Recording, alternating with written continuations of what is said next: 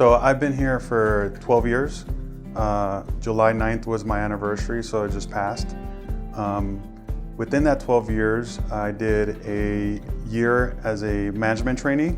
So I did all the rotations, customer service, planning, driver leader, and I even went on a truck for a week. So after that, I decided to go into pricing. So I was a pricing analyst for 7 years, and within that position, I ultimately became a senior pricing analyst. And then after that, I went into equipment, and that's where I've been for 4 years. So my title is Director of Equipment.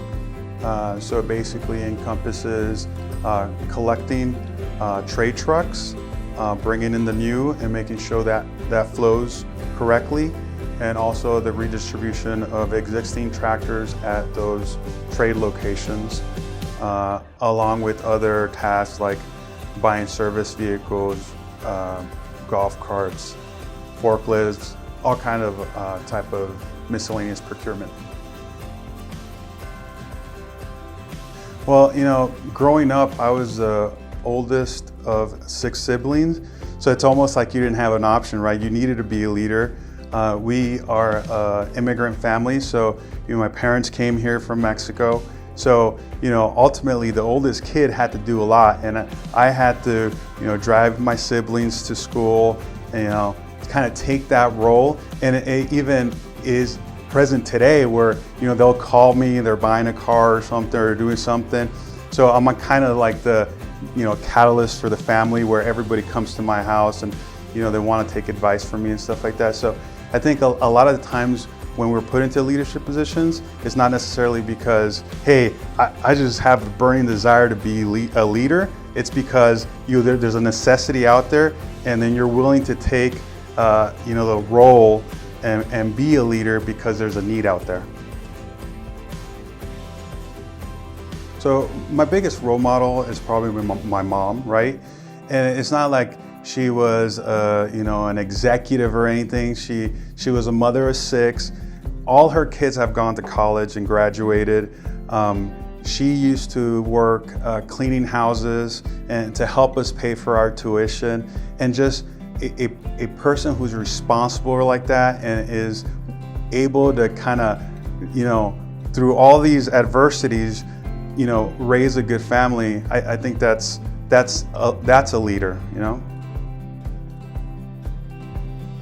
Relationships are super important. I mean, you spend half your life at work, right?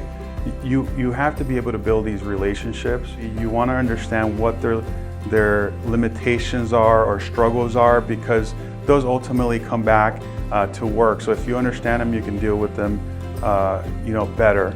I genuinely have an interest in the life of my employees. I ask them how their kids are doing. I ask them how their spouses are doing, because I genuinely am interested in what they have to tell me. It takes effort, it takes time, but even if it's a small thing, it's very important for them. And I know this because they tell me, right? Because I'll go out there and I'll write the personal note, right?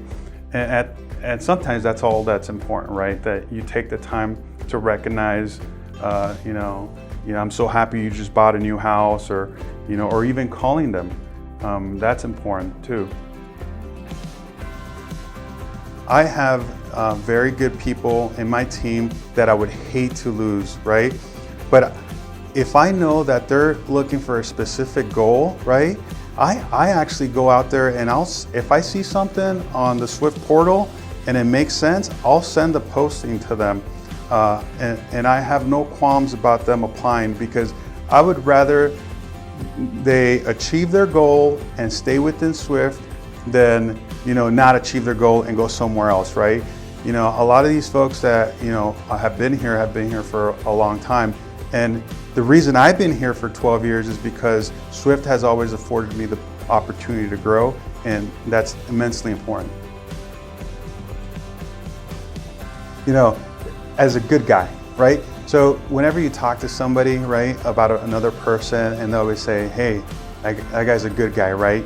And the sincerity in their voice, right, you can almost trust that person telling you he's a good guy, right? Because they wouldn't say it if it wasn't true, right? And you know, I'm a family man, and I try to be a nice guy to everybody, and I'm helpful. And at the end of the day, that's all I want people to say is, hey, he was a good guy.